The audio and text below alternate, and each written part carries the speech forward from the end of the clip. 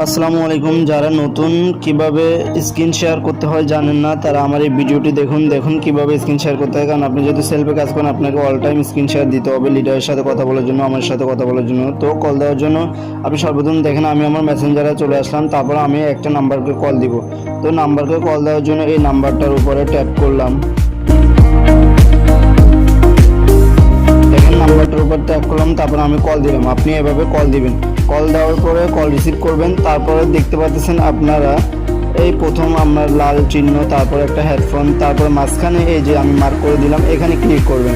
এখানে ক্লিক করার পরে আপনারা দেখতে পারবেন এই যে তিনটা অপশন আছে, প্লে, ওয়াচ, শেয়ার। তো আপনারা শেয়ার অপশনে ক্লিক করে দেবেন। আমি মার্ক করে দিলাম আবার। তারপর স্টার্ট শেয়ারিং এই লেখাটার উপরে আবার ট্যাপ করবেন, ঠিক আছে। তো আমি এখানে ট্যাপ করলাম, আবার স্টার্ট নাও এখানে ক্লিক করবেন। ক্লিক করার পর দেখেন হয়ে গেছে, স্ক্রিন শেয়ার হয়ে গেছে। তারপরে মিনিমাইজ কল এই অপশনটায় ক্লিক করবেন আপনারা, ঠিক আছে।